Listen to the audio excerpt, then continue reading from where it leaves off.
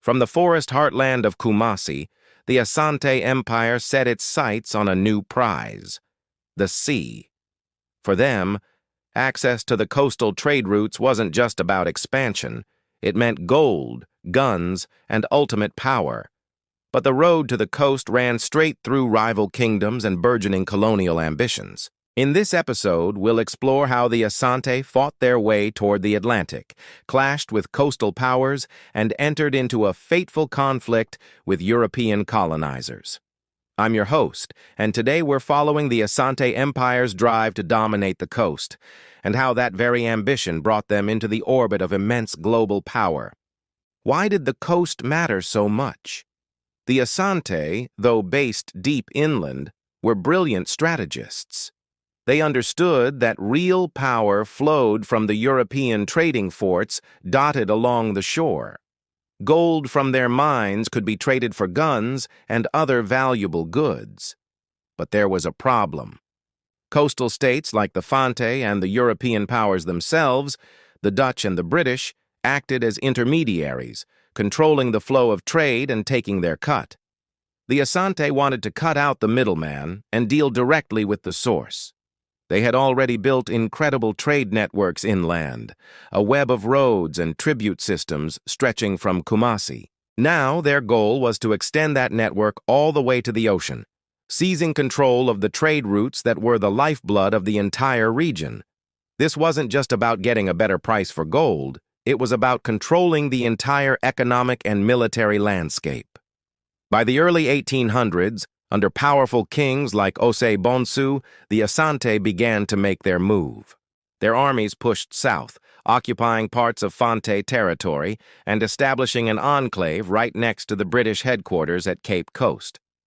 Imagine the tension: an inland empire setting up camp on the doorstep of a European colonial power. Their goal was clear: to wrest control from the Fante middlemen and gain direct, unimpeded access to the forts. The fight for the coast was both economic and strategic. Everything was on the line: access to modern firearms, the rents paid by Europeans for their forts, and the licenses that dictated who could trade and where. The Asante conquest wasn't just about winning battles, it was about building a new order. They established roads, set up administrative control over newly conquered territories, and began integrating these vital coastal links into their vast inland network of trade and tribute. The empire was knocking on the door of the Atlantic, and the world was about to change. This aggressive push south inevitably brought the Asante into direct conflict. It wasn't just with other African coastal states, it was with the European powers who were allied with them. The British and Dutch weren't just neutral traders. They had their own interests, alliances, and military forces to protect them. A pivotal moment came in 1826 with the Katamanso War, also known as the Battle of Dodowa.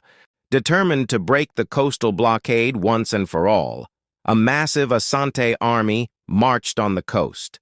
But this time, they faced a combined force of their coastal rivals, armed with superior European firearms.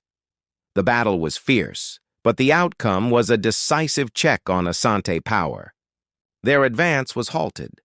The Praia River, among other natural boundaries, became a significant, hard-fought-over border.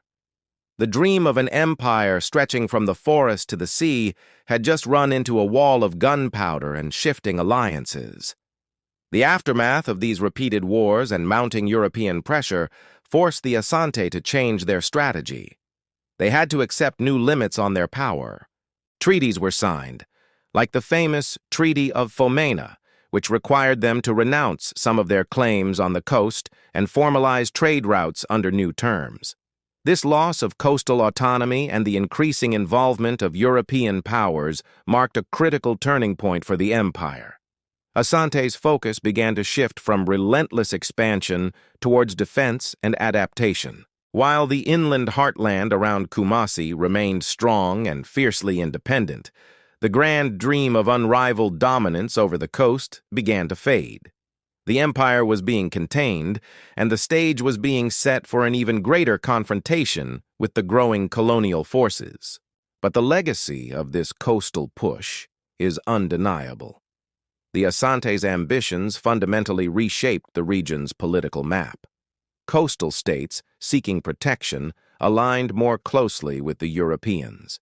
Treaties redrew boundaries that had existed for centuries, and new patterns of trade emerged, forever altering the economic landscape. Even though they never achieved total domination of the coast, the infrastructure they built, the roads, the trade links, and their integration into global networks, laid a foundation that still underlies modern Ghana's economy. The story, however, is far from over. Up next, the Asante will face their greatest challenges yet: full-scale war with the British Empire and the fight to maintain their very sovereignty. The Asante marched toward the sea, but the shore held its own power.